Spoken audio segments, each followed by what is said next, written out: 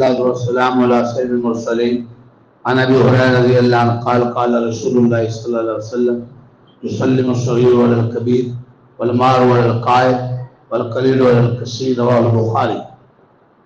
سلام کے فضائل، سلام کرنے کے آداب، سلام کرنے کے مسائل و احکام حدیث کی روشنی بیان ہو رہے ہیں۔ بخاری شریف کی حدیث ہے، سیدنا ابو ہریرہ رضی اللہ عنہ راوی ہیں، رسول پاک صلی اللہ علیہ وسلم نے ہدایت فرمائی کہ چھوٹا بڑے کو سلام کیا کرے، راستے سے گزرنے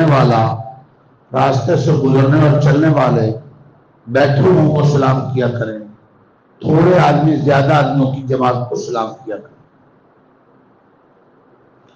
مطلب یہ کہ جب ایک چھوٹے اور بڑے کی ملاقات ہو تو چھوٹے کو چاہیے کہ وہ پیش قدمی کر کے بڑے کو سلام کرے۔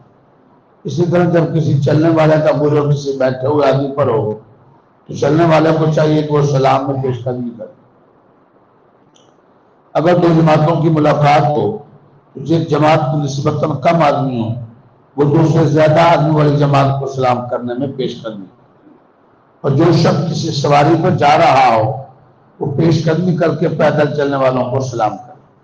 اس ہدایت کی یہ حکمت ظاہر ہے کہ سوار کو بظاہر ایک دنیوی بلندی اور بڑائی حاصل ہے، اس لیے اس کو حکم دیا گیا ہے کہ وہ پیدل چلنے والوں کو سلام کر کے اپنی بڑائی کی نفی اور تواضع خاکساری کا اظہار کرے۔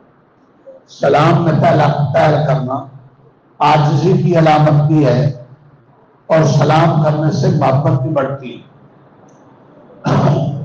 جو سلام میں پہل کرتا ہے یہ علامت ہے کہ اس میں تکبر نہیں ہے۔ حضور نے فرمایا باغی السلام بری من الکبر، سلام میں پہل کرنے والا تکبر سے پاک۔ تکبر حرام ہے، کفر کا سب سے بڑا سبب تکبر۔ سلام پہل کرنا سنت، جواب دینا واجب ہے۔